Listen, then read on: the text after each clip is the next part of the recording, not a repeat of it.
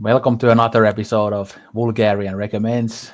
Today we are going to talk about Pastoral to Die in the Country from 1974, directed by Shuichi Terayama.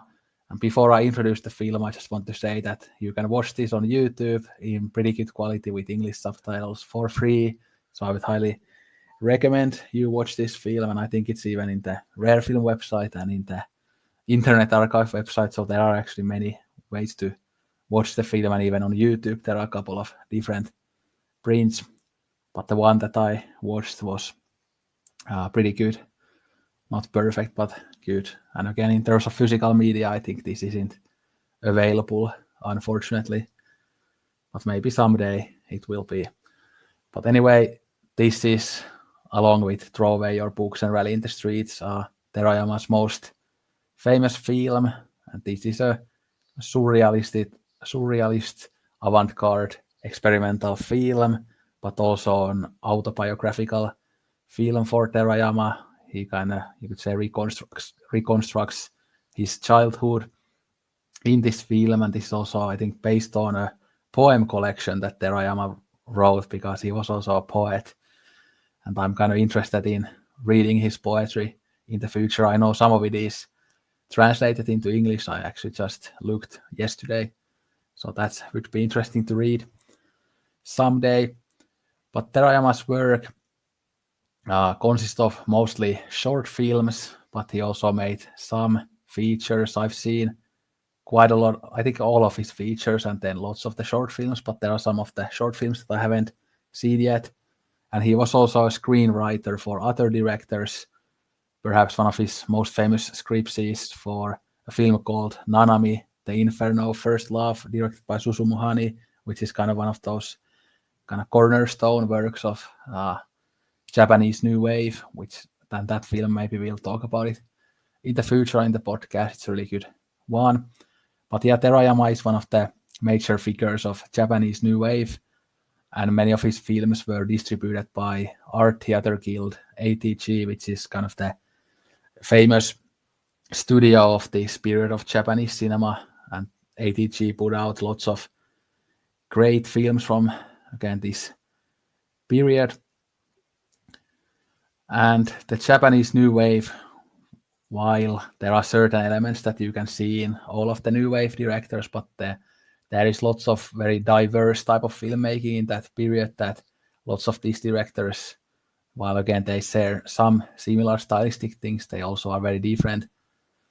And I would say Terayama is very unique in that group, that his films are different from Kichu Yoshida and Shohei Imamura and Nagisa Oshima, and even like Akio Chishochi and lots of those great filmmakers. But this film, if I go into the plot synopsis, it's one of those film within a film type of films. So it's about a director trying to recreate his childhood in a film. And actually, at first, when you start watching the film, you don't really have any idea that it's like that, but it kind of like halfway through, or even more than halfway through, it kind of drops that bomb into you and like reveals that it actually has that type of structure to it.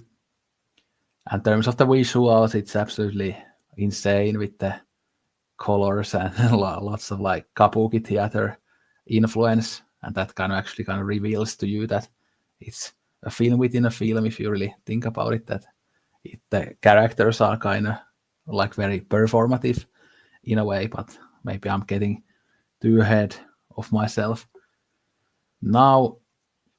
But yeah, it's a very good example of his avant-garde style that plays with the colors and narrative, and he kind of has an obsession about the concept of time, and we see that in this film a lot.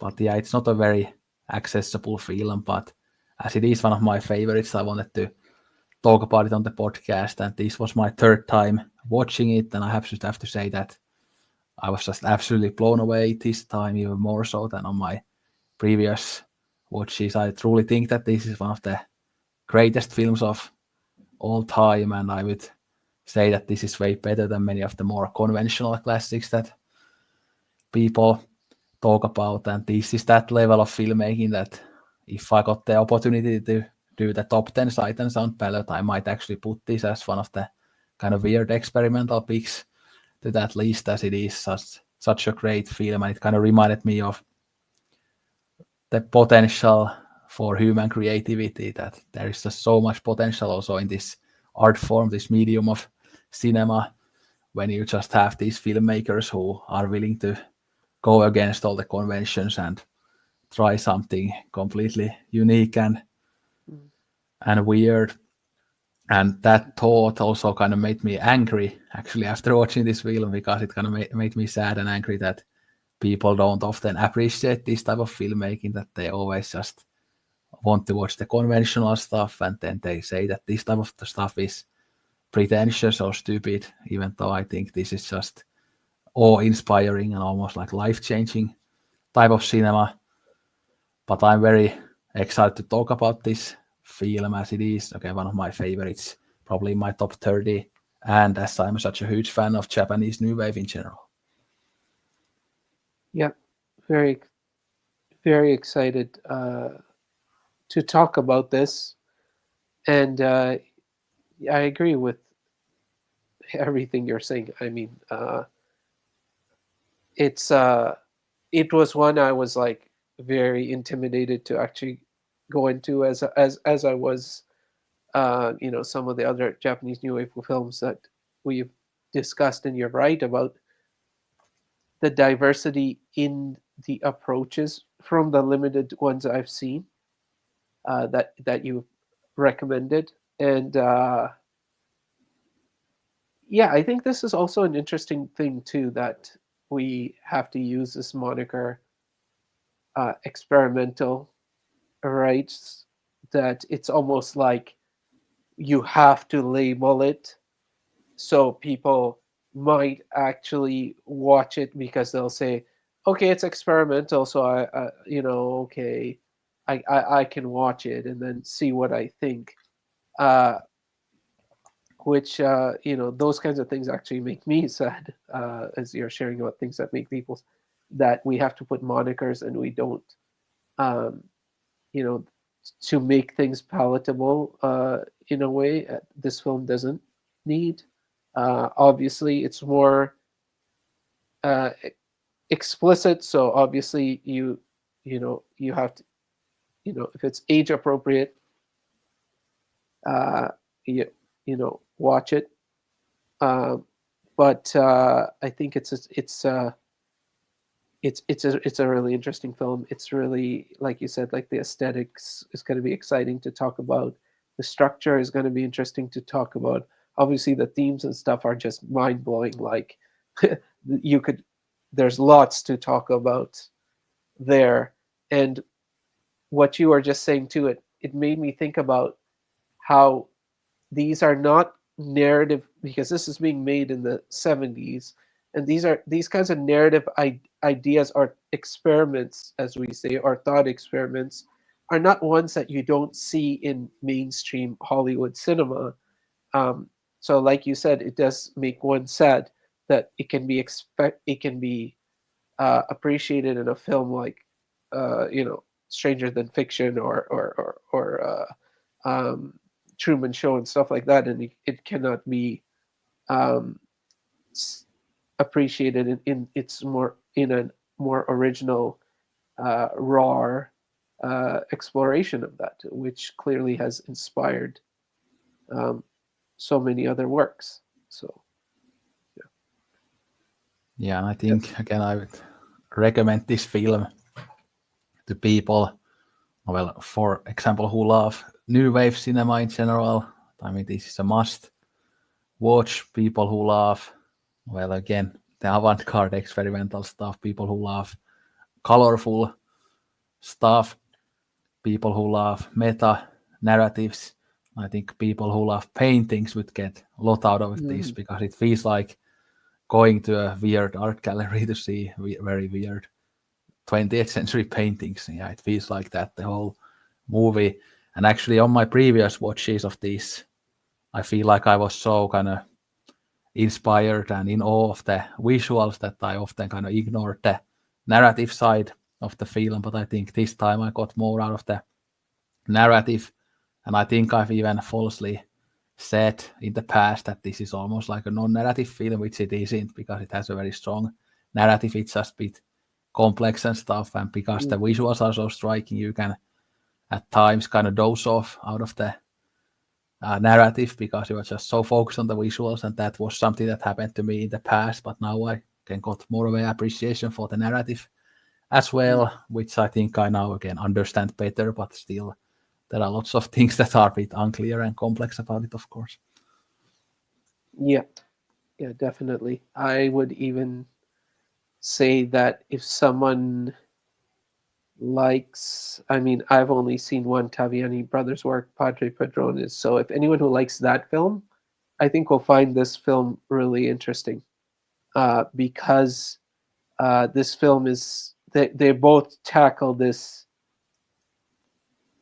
Uh, how would you say, like the challenges of distilling and telling a story that's based on a biography, and how a biography just can't, because we take biographies very literally. So whenever we say, oh, it's a biographical film, but we don't.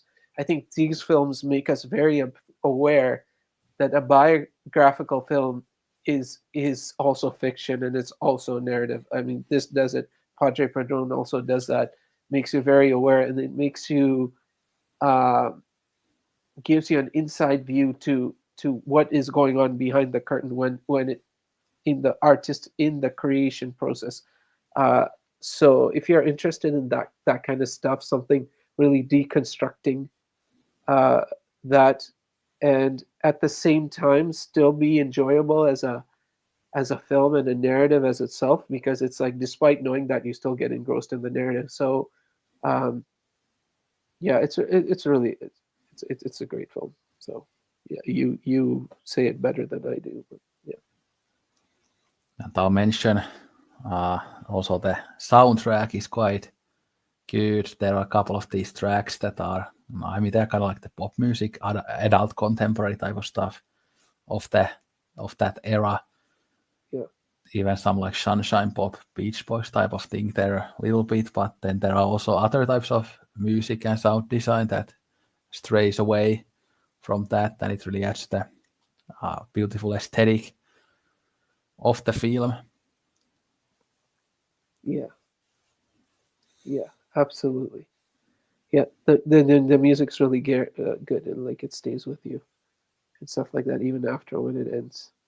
Um, yeah, and if you like movies that are gonna jar you, this movie has some really great jarring moments, which obviously we'll discuss once we're in the spoiler section. But yeah, just moments that just take you out of a certain, almost like a slump, and then you just get this whoa moment, like, and this film has a couple like really strong ones, um, amongst everything else that's going on. Yeah. Yeah, the film might not work for people who have no experience with more experimental cinema, Yeah. because going from very conventional narratives that have the three-act structure and that go from point A to point B, like those types of films, you're probably not gonna like this one. Because especially with this type of filmmaking, you should go more gradually from that. You start with something that's a bit more experimental, then you kind of work your way up there. But if you just straight away from Forrest Gump jump to Pastoral to Die in the Country, yeah, you're probably not gonna like it. And I think I wouldn't have liked it again back when I didn't have any Yeah. experience with this stuff, because I've been actually meaning to maybe make a video about this, but my film journey was very logical, even though I didn't plan it that way, but I went like very gradually from the kind of movie pro stuff of Tarantino and Spielberg to Kubrick and Hitchcock, and then to Bergman and Kurosawa, and so in a very kind of just a way that makes sense, that yeah, bit more challenging stuff all the time, and then slowly I got accustomed to it, and then I fell in love with it. But I think there are some people who kind of just jump straight away to very difficult stuff, and it might not be easy that way. And I think even in schools, like when kids who maybe don't read that much at home, and then they have to jump to Shakespeare and I don't know, Chaucer and like classic literature in high school, it might be very alienating when you don't have any experience with it. So yeah, I think these things are good to take gradually. Yeah. Yeah, I agree with you. And while I think yes, that is the case. You have to get used to it. I do appreciate this film. I would almost say it's a more accessible example because I think Terayama does a huge favor in a sense to uh, go to show that part that this is something where this narrative's coming from. I almost see this film as a bit of an instructional film into understanding more experimental and surrealistic and differently structured stories to give you a peer into the uh, creative place where that's coming from and what's being wrestled and the choices that are being made. So in that way, I think if you're willing to at least stay until midpoint with the film and just let go and stay until midpoint, I think that thing gives you a form of education that then will help when you go to experimental mental films that don't actually have that. Because one thing I was thinking about is how what would this film experience have been if you didn't have that break, um, which we'll discuss again in the spoiler section. Because then I was thinking, what would the film look like, and would the audience be able to understand what's going on if you didn't have that whatsoever? So I think it is a film that does a gives a bit of gives you enough explanation to the audience that helps it in the processing, but also helps with the audience's growth in terms of journeying with different kinds of artists. And I think what helps make this film a bit more accessible as well is that it has some kind of intensity in it, and it's not that slow, that there is Yeah. constantly something happening and it feels like a circus. And that's one Yeah. of the things where we can see the Fellini inspiration, and this is clearly inspired by 8.5 and probably other Fellini films as well, because of course there are some experimental films where they are just very slow paced, like even like Twin Peaks The Return that I actually just rewatched. It has some moments when it's just very, very slow, especially for modern audiences, and that can kind of turn normal people away if it's very slow. But this is actually kind of edited in a way that it's fairly intense, especially for a film of this era, that it might kind of make it a bit more accessible to people who are just kind of so used to just going through Instagram and having that instant gratification and things like that. Yeah. Mm-hmm. Yeah. Yeah. Yeah. Twin Peaks: The Return has moments where it's just like water dripping. Yeah. And stuff like that. So yeah, you're right. It is. Yeah, it's a short running time too, like 1 hour 40 minutes. So it's actually quite a tight, efficient film. It's really not. Yeah, it's staying quite focused. So I think in that way, yes, while it being different, I think all those elements help to make it, one you can kind of watch and enjoy, and also it give you something different.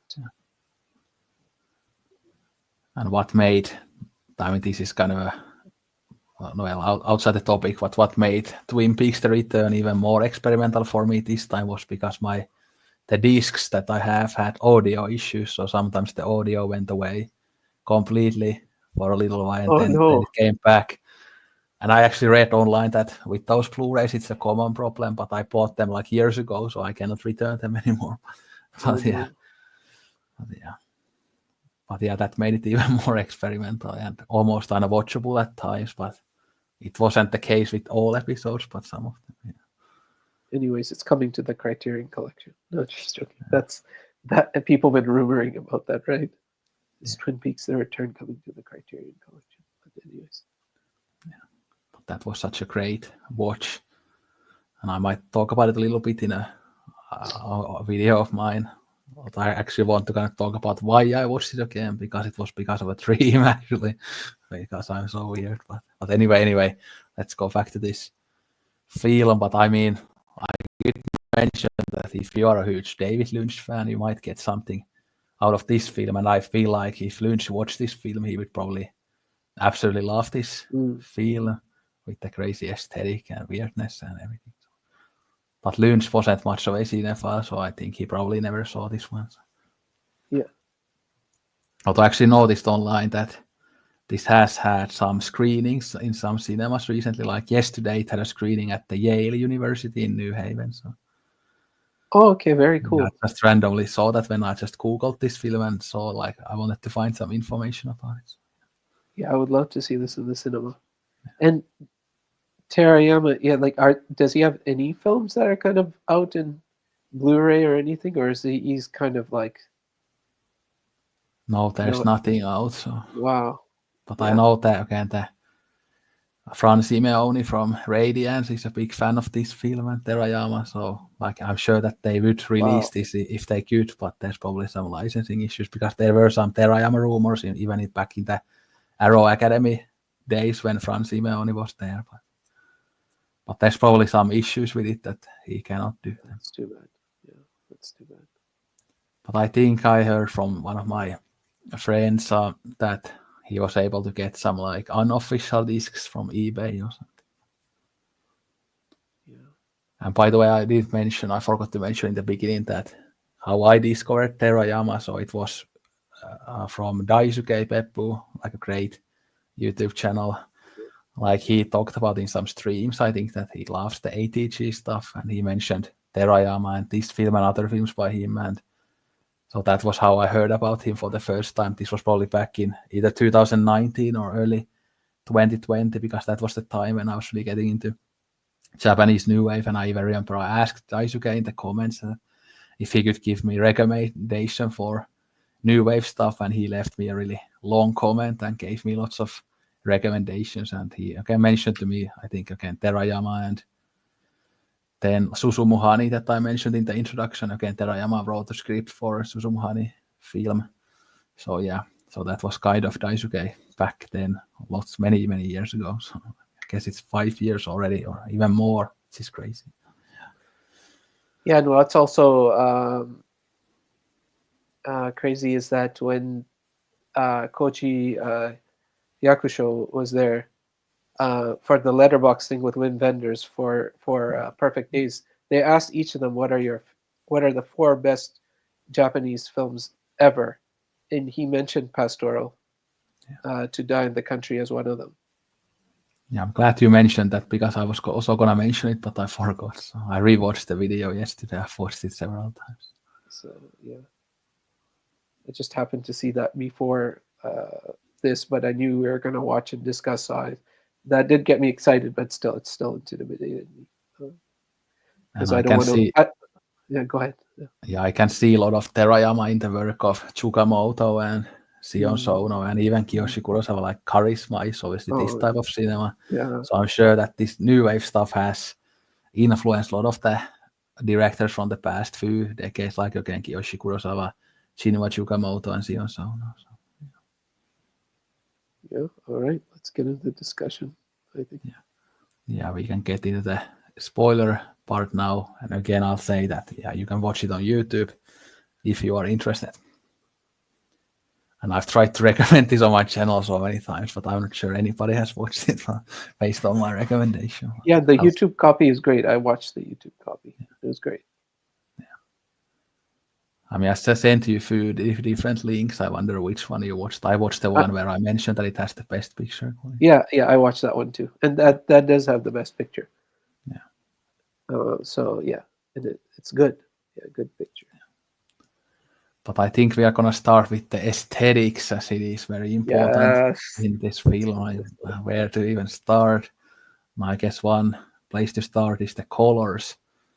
So there are lots Yeah, of red in it and other like even yellow, and then it sometimes it has this kind of grayish blue or bluish gray, whichever way you want to put it. That kind of color palette, and that's actually something that is in many Terayama films. That grayish blue type of thing, like in his film Farewell to the Ark, that I absolutely love. That's kind of full of that color. So yeah, yeah, a lot of yeah, purple, some purples as well.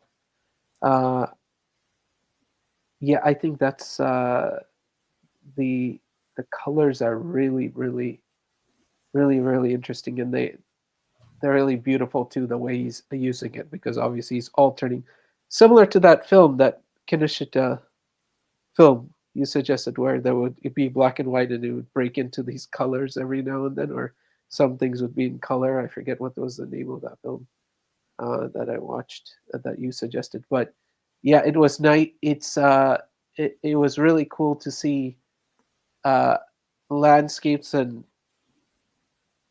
such, and but then altered, and in a such a technically brilliant way.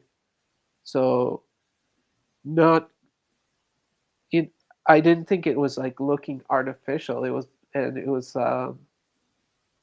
it really amplified emotionally this kind of experience you felt as you were, kind of going through the constructed part of the story, I would say. yeah. The Kinoshita film that you are thinking about, I think it's the River Fuefuki. So, Yeah, yeah, that's yeah.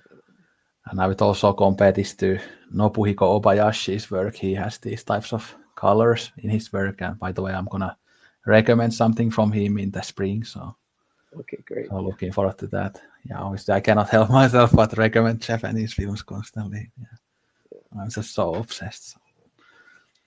But this film has some black and white moments as well, although those are very kind of short moments, but mostly it's in color. and it's So super impressive. Like the black and white, I felt like I've never seen a black and white like that.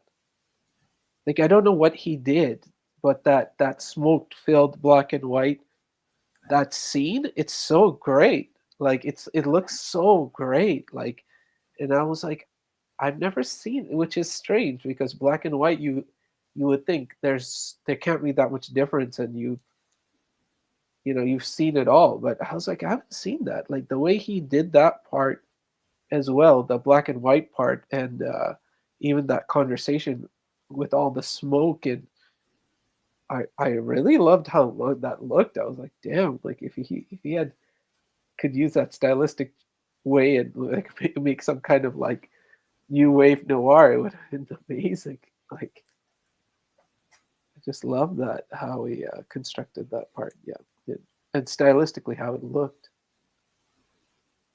yeah, and of course, quite a lot of Japanese new wave films are in black and white, and they are often in very beautiful black and white. Again, Yeah, like yeah, the yeah. Yoshida film that we talked Yes, about, yes. or Funeral Parade of Oh, of Roses, or course. the Heroic Buddhist Purgatory. Yes. trilogy, and yeah, and even Imamura's, like I mentioned to you before we started, the Insect Woman, that has beautiful black and white, and yeah.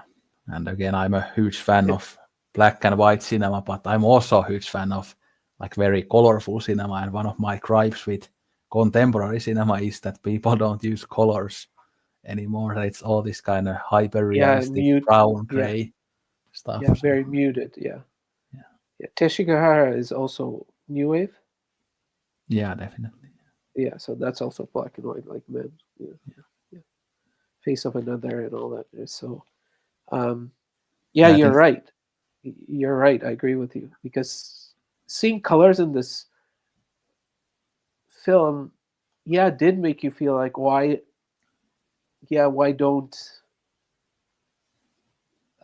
why isn't it kind of done anymore, or we don't want to play with that anymore? Because I think again, like you said, it's like about these expectations that you want it to be fit in certain molds, and that's good, and then anything out of it is not good. And it's refreshing to see someone not concerned by what someone might think is good or not, because you can imagine the courage it took put this together and make those choices.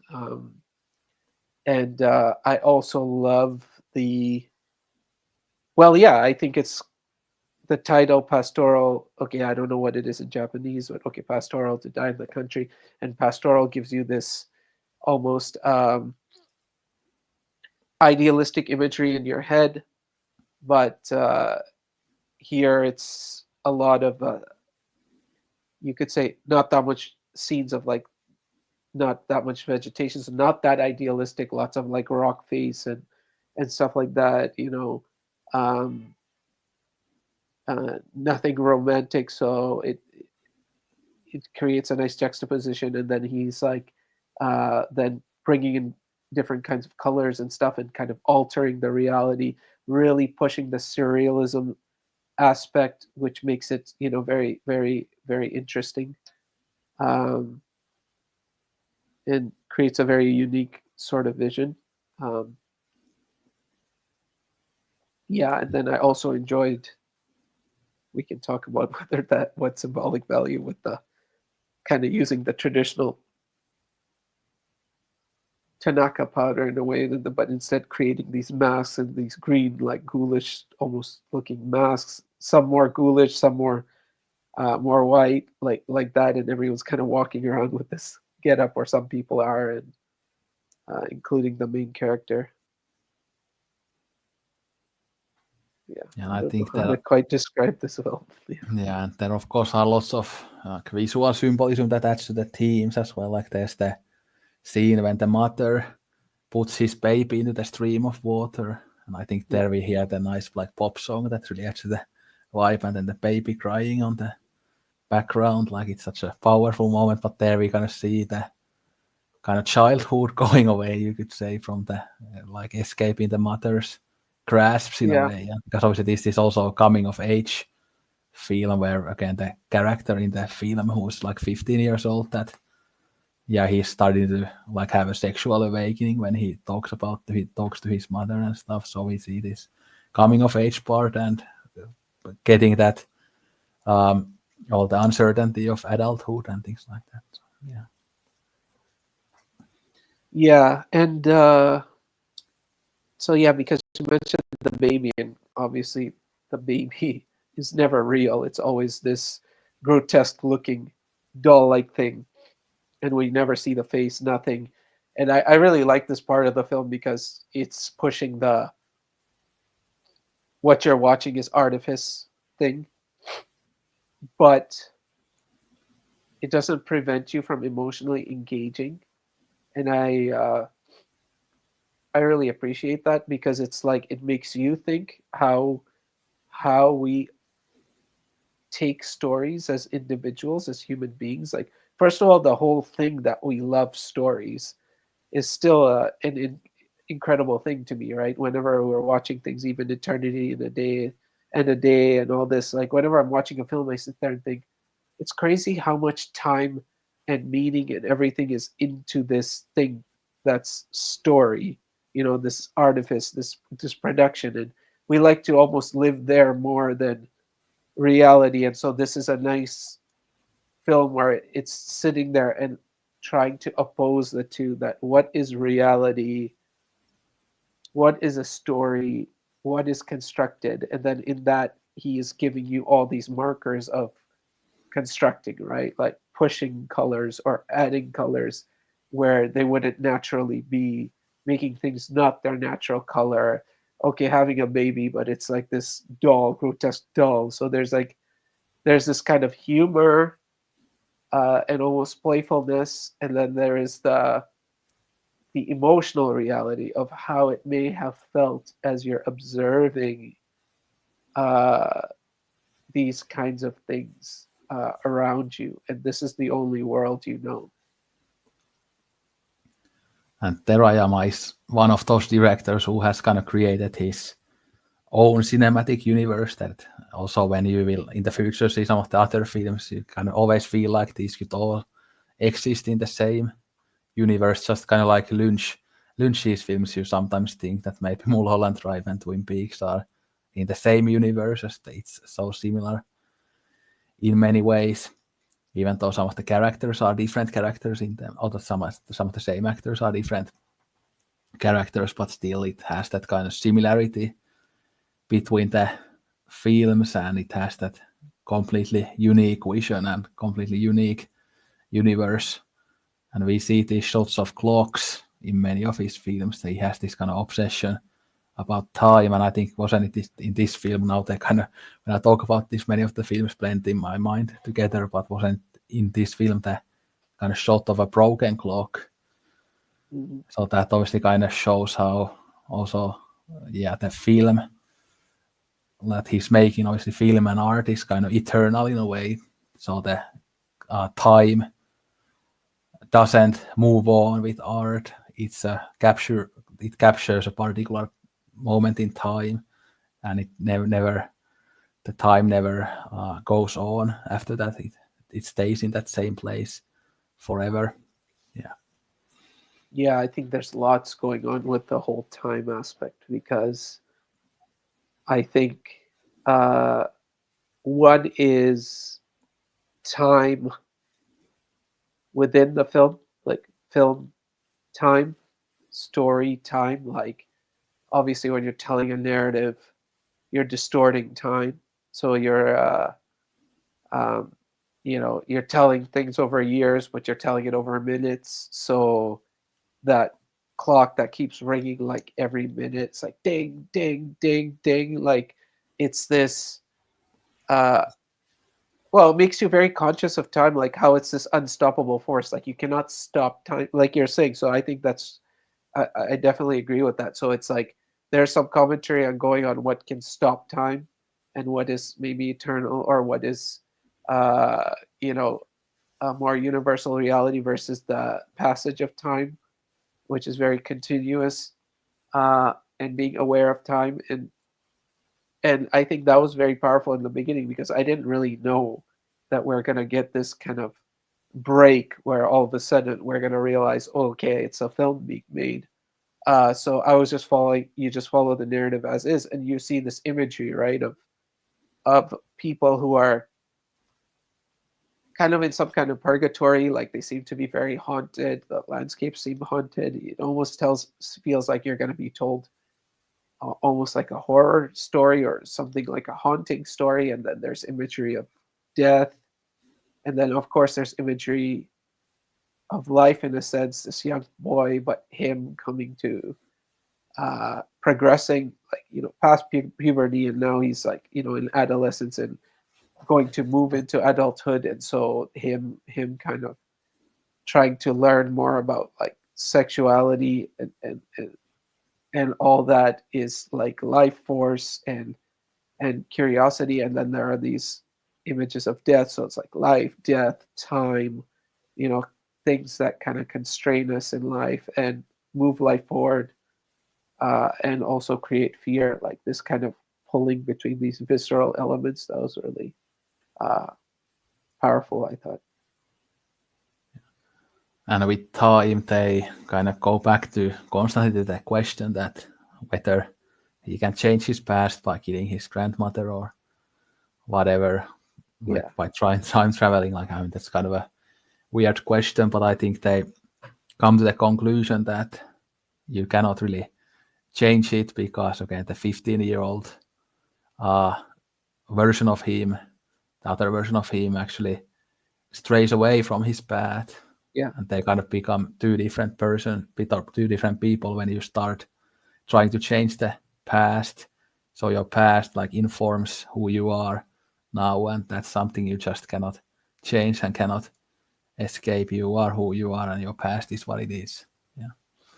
yeah. I think that was, as you and I both love films and art and stuff that explore this theme of, okay, traumatic situations growing up, and then the choices you make, because and where you make certain choices that takes you so far away from that reality in a way, right? And then you still have markers of that reality, right? So his mother is still in his life. And what I found really powerful is the conversation they had where he said, "You killed them." Uh, and of course in the film it's being explored more not literally in a sense because it's being explored in a narrative. So how literal is that? But I think there's an emotional truth there, um, which is to restore um, your ability to deal with the dissonance, like by saying, "Why don't you kill it? Like let it be what it is, but be who you are today." I think it makes a very interesting psychological and philosophical statement, or at least I was feeling that was actually very powerful to me because I do have, in a way, a life experience myself that's taken me so many different places, and there's so much complexity that you can often have time trouble, and you spend too much time in the past trying to reconstruct it and think about what ifs and all these kinds of things where you have the ability to stop that and say, okay,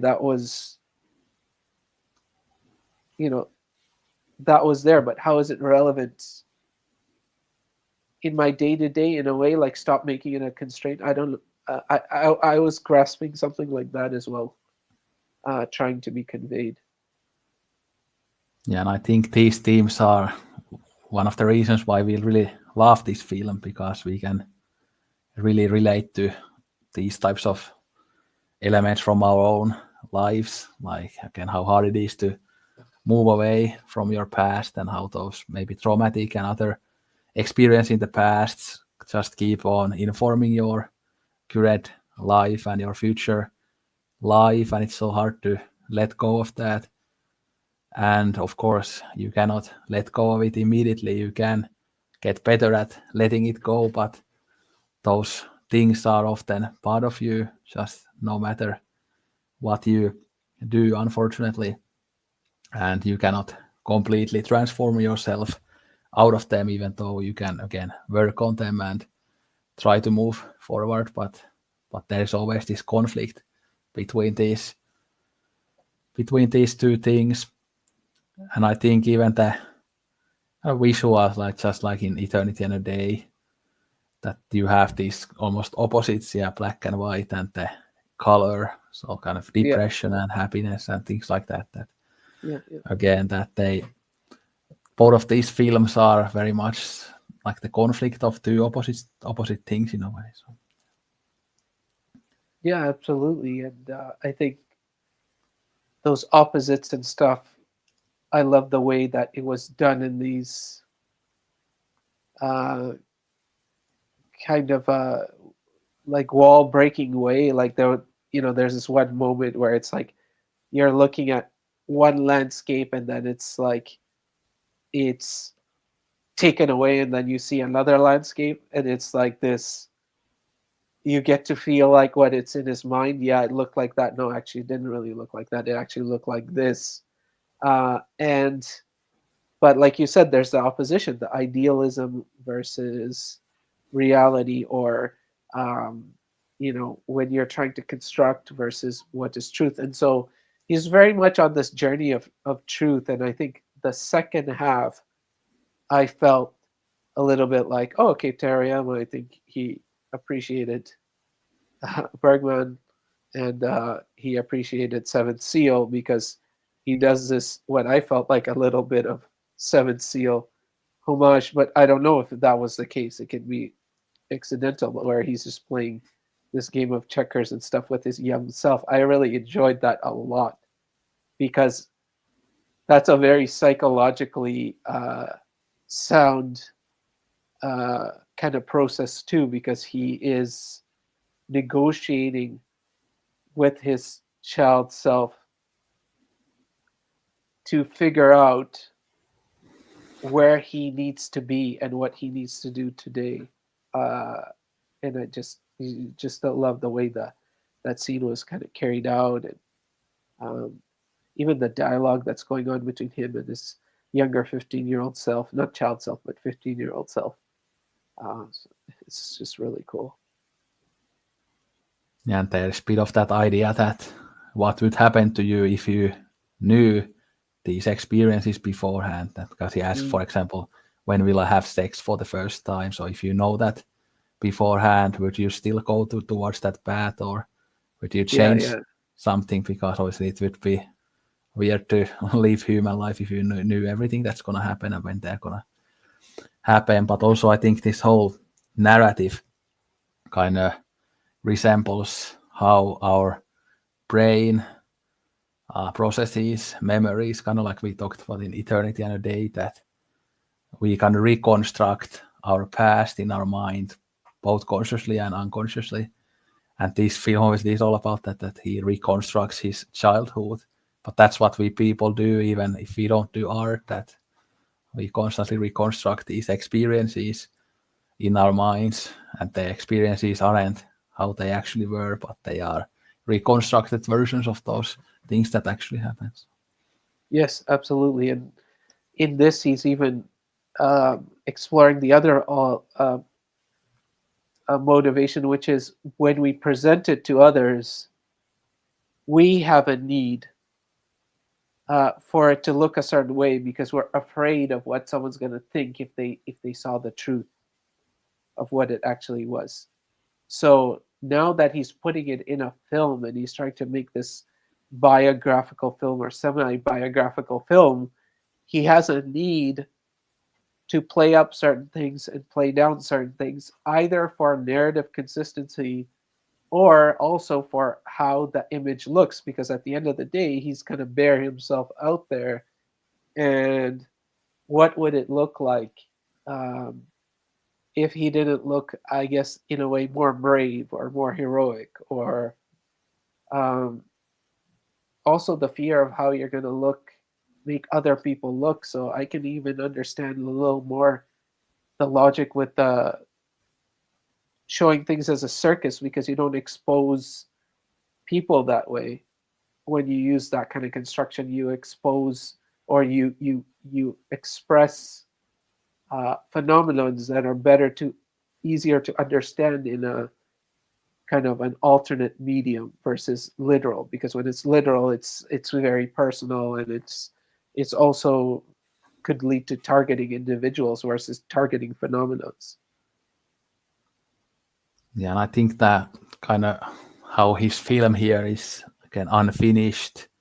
Our past is also kind of unfinished to us. It always will be unfinished. Of course, the past happened and it exists in that way, but in our mind, as we always keep processing this information again and again and again, we never are finished with our past. It's always something that lingers in our mind, kind of like a creative process in a way that's never finished.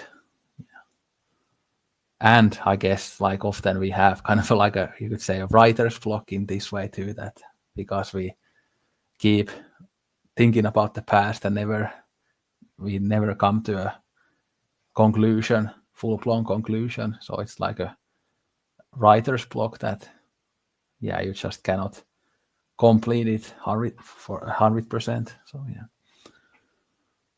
Absolutely. And the most, I mean, powerful thing for me, that end, it's like that end is so amazing.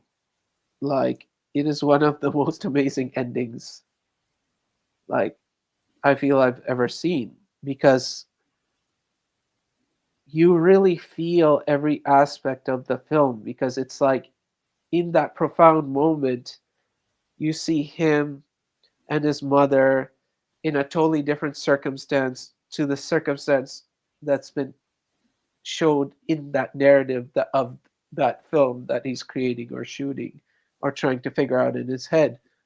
And you can feel his journey in that moment. And I'm like, that moment is like what makes this film, like you said, like should be in there with one of the greatest films of all time, because it's like very few like pieces of art, like whether it's music or whatever, can stick the landing. And I think this film sticks the landing. And then when you get that landing, it's like the whole film gets elevated to such a level, and then you are interested to now go back and then rewatch it and then re-experience it, because the first time is just you're piecing things together, and then that ending where you just feel everything together all at once, you know, that real high, that real ta-da, and then you're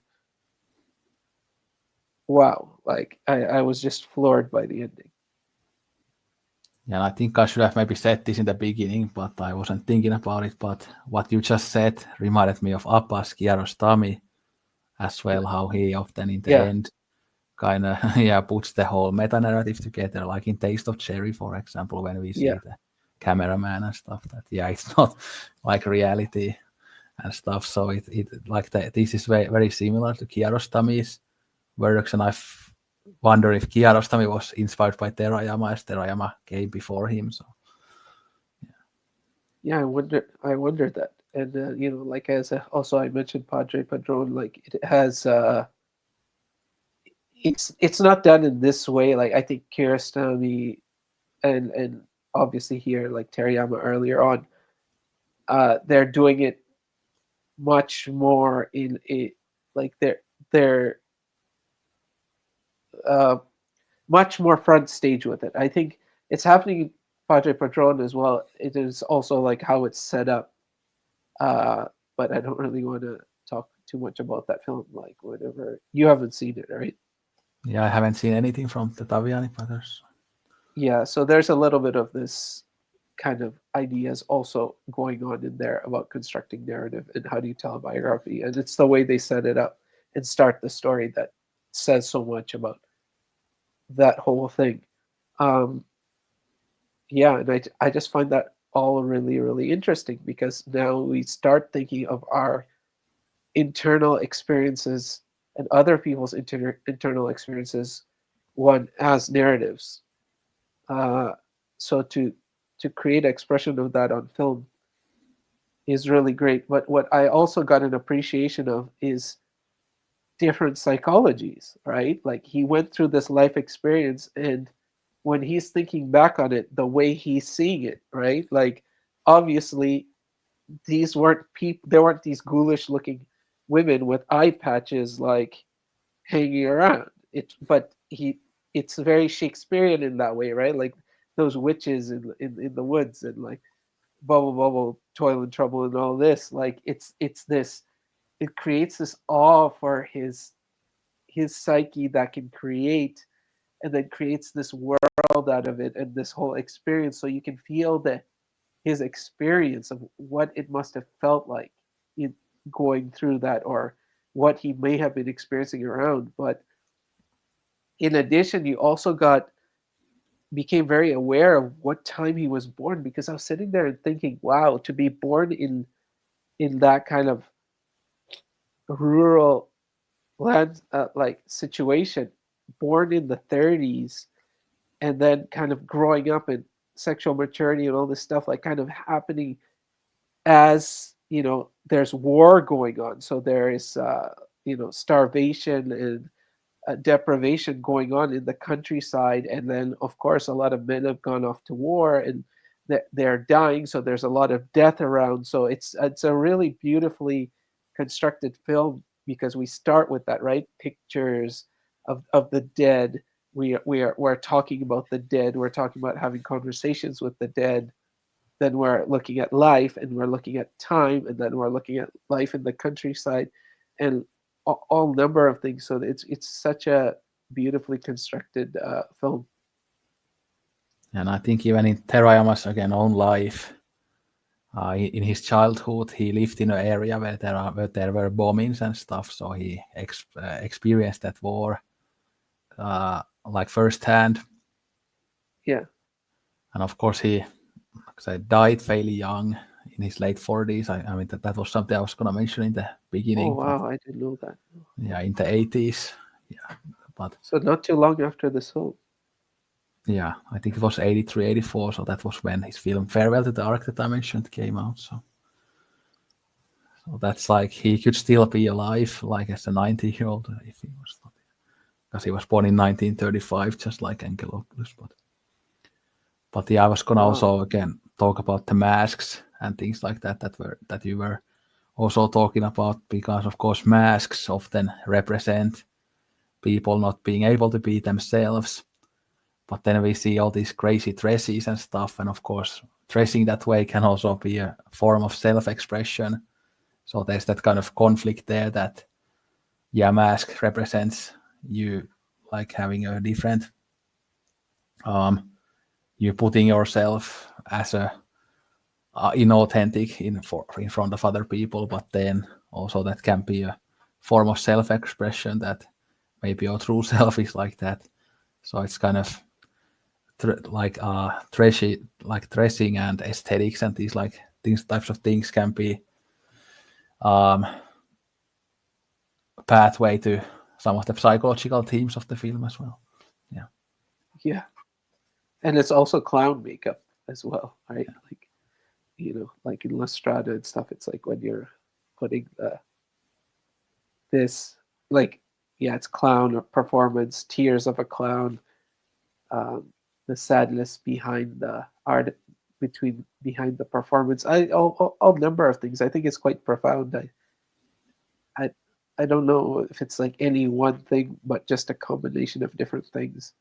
And then also tradition. Yeah, like you said, the kabuki theater, all that, Tanaka powder.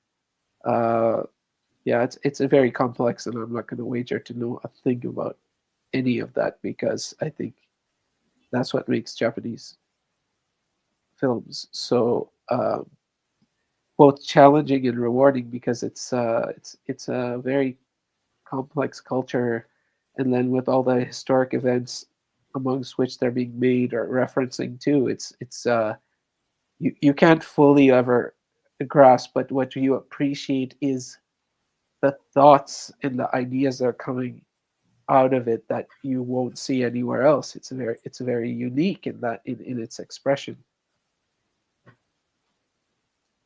Yeah, and of course this era of Japanese cinema is very much known for, again, the breaking the conventions and putting and exploring all kinds of taboo subjects.